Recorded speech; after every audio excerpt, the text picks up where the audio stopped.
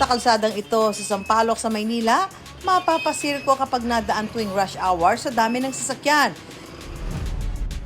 Sa lechonang ito sa kanto, may nagpapasirko-sirko rin. Hindi manok o baboy, kundi lechon baka steak.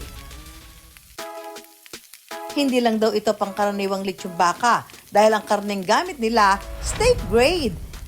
Yes po, pumapantay po ang kalidad ng product namin sa mga restaurant since ang gamit po namin talaga ay USDA at pati po lasa, kuwang-kuwa po.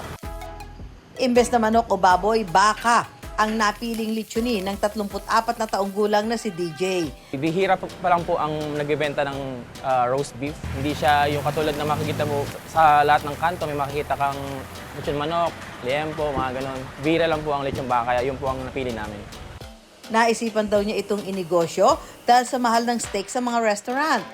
Why not mag-start tayo ng lechon baka steak business para ma-serve natin sa lahat ng Pilipino na mura, na yung quality hindi siya nabawasan, premium pa rin. Beef belly o yung karne sa tiyan ng baka ang ginagamit ni DJ para sa kanyang steak. Malasa ang parting ito dahil sa taba. Like po ng baboy, yung ginagamit talaga sa paglilechon is mostly yung belly part, liempo.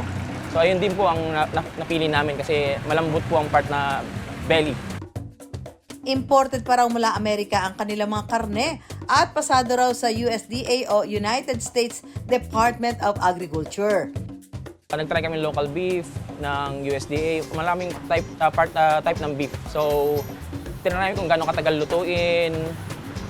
So napili namin talaga yung USDA, siya yung pinakamalambot. Tsaka mabilis lang.